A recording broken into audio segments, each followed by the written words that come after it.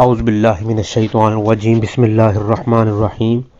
السلام علیکم ورحمۃ اللہ وبرکاتہ۔ معزز خواتین و حضرات، آپ دیکھ رہے ہیں میرا یوٹیوب چینل، اور میں آج آپ کی خدمت میں ایک ایسا وظیفہ لے کر حاضر ہوا ہوں جس وظیفے کی ضرورت ہر اس مرد کو ہے اور ہر اس عورت کو ہے جس کو اس کا خاوند یا بیوی اس کے پاس نہیں آنے دیتی۔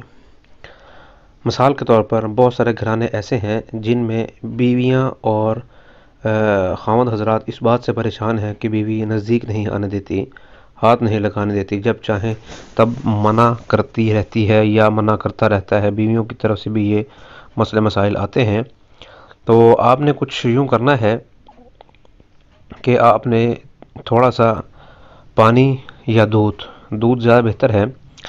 گلاس میں لے کر، شیشے کا گلاس میں لے کر عشاء کی نماز کے بعد یا اللہ یا متین یا قہار، یا اللہ یا متین یا قہار، یا اللہ یا متین یا قہار، آپ نے 111 مرتبہ دم کرنے کے بعد وہ دودھ یا وہ پانی اپنے لائف پارٹنر کو، بیوی یا خاوند کو آپ نے پلا دینا ہے۔ روحانیت میں ایک چیز یاد رکھیں